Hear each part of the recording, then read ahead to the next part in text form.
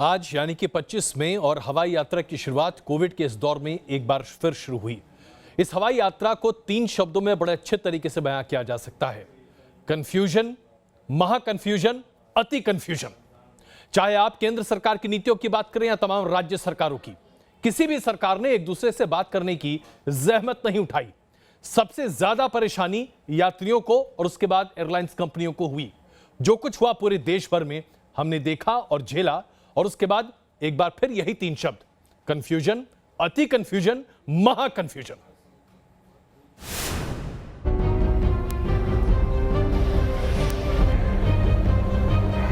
आपकी flight cancel है,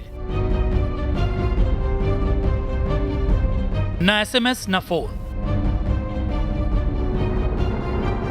दिल्ली में 80 फ्लाइट रद्द, कई उड़ानें 10 से 12 घंटे लेट।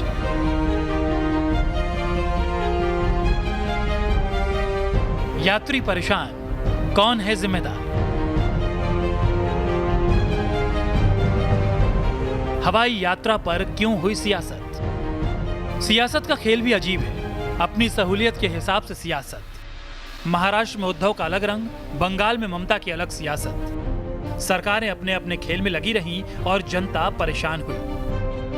दिल्ली एयरपोर्ट पर 82 उड़ानों को रद्द कर दिया गया। वजह राज्यों की आनाकानी रही। महाराष्ट्र, पश्चिम बंगाल और तमिलनाडु ने घरेलू उड़ानों को लेकर आनाकानी की। आंध्र प्रदेश से भी उड़ान भरने की मंजूरी नहीं मिली। घरेलू उड़ानों को ममता की सियासत ने सबसे ज्यादा चौंकाया। बंगाल में 28 मई से उड़ानें शुरू करने का फैसला किया गया। 3 दिन में क्या हो जाएगा? 25 मई की जगह 28 मई क्यों? पूरे मुद्दे पर बंगाल सरकार के पास कोई जवाब नहीं था। नेता सियासत करते रहे और जनता परेशान रही। रात भर एयरपोर्ट लॉस से रात भर कस्टमर केयर को फोन कर रहे, कोई रिस्पॉन्स नहीं है। ये बहुत गलत हो रहा है, बहुत गलत हो रहा है। कल मेरे पास मैसेज आया एयर इंडिया से कि फ्लाइट चल रही है, लेकिन अब नहीं चल रही है।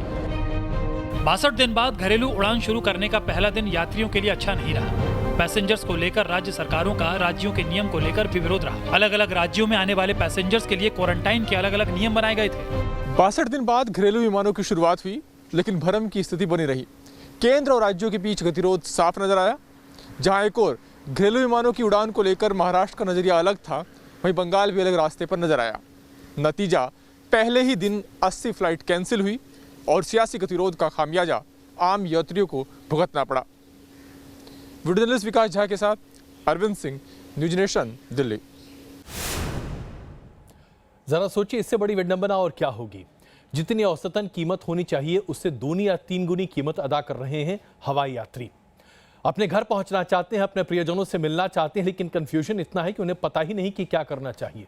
घंटों या यूं कहें कि पूरे 24 घंटे लोग एयरपोर्ट बिताते दिखाई दे रहे हैं। उनकी बातों को सुनेंगे तो ऐसा लगेगा जैसे कि उनके साथ कोई मजाक कर रहा है। इतना भद्दा और इतना गंदा कि हवाई यात्रा करने का पूरा जायका शायद जीवन भर के लिए खराब हो जाए। 2 महीने बाद हवाई यात्रा की शुरुआत में कई तरह की दिक्कतें आईं, लेकिन तमाम चुनौतियों और असमंजस के हालातों के बाद भी देश के अलग अलग हिस्सों से सैकड़ों विमानों ने रनवे से उड़ान भरी और कोरोना की वजह से फंसे हजारों लोगों को अपने घरों की राह दिखाई। न्यूज नेशन ने देश के सभी बड़े हवाई अड्डों का जायजा लिया। महानगरी मुंबई से भी पूरी तैयारी के साथ हवाई जहाजों ने उड़ान भरी। मुंबई देश का सबसे ज्यादा कोरोना प्रभावित शहर है। ऐसे में एयरपोर्ट पर यात्रियों के लिए विशेष व्यवस्था की गई थी।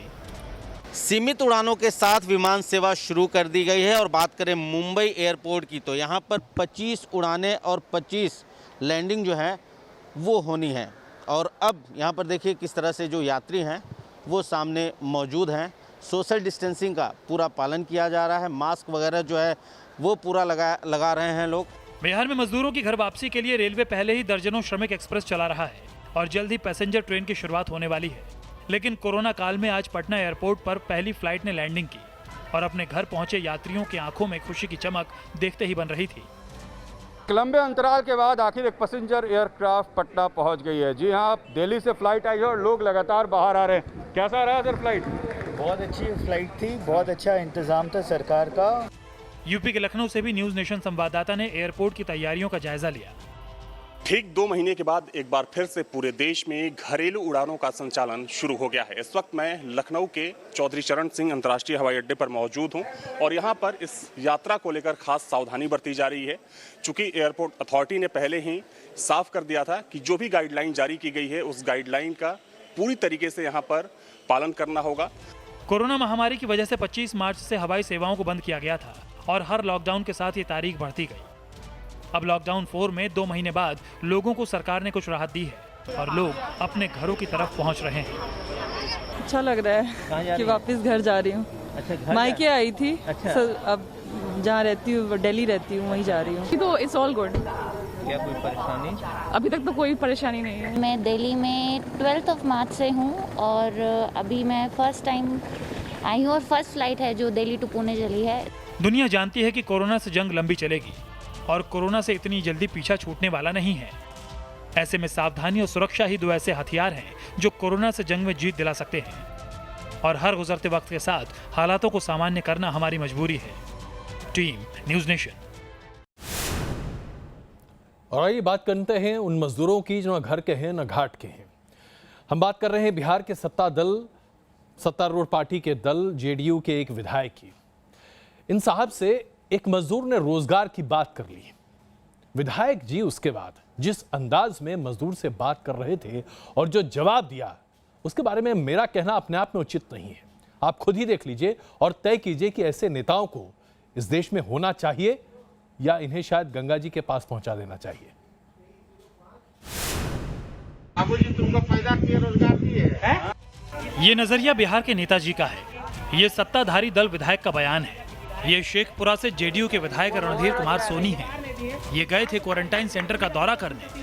दौरे के दौरान एक मजदूर ने रोजगार के बारे में सवाल पूछने की जुर्रत कर दी और विधायक जी को गुस्सा आ गया और उन्होंने ये आपत्तिजनक बयान दे डाला।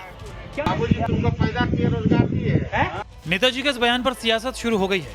विपक्ष ने राज्य सरकार पर सवाल खड़े किए हैं। विपक्ष के नेता तेजस्वी यादव ने इस बयान को संवेदनहीन बताया है। अपनी सफाई में नेताजी का कहना है कि वो उस शख्स के सवाल का जवाब दे रहे थे जिन्हें वो व्यक्तिगत तौर पर जानते हैं और उनके बयान को जरूरत से ज्यादा तूल दी जा रही है। लेकिन सवाल है कि क्या नेताजी अपने नजदीकियों के साथ इसी तरह का व्यवहार करते हैं? क्या नीतीश जी अपने विधायकों के बयान को सुन रहे हैं? क्या वो कुछ कार्रवाई करेंगे या फिर पहले की तरह पर्दा डालने की कोशिश की जाएगी? Team news nation.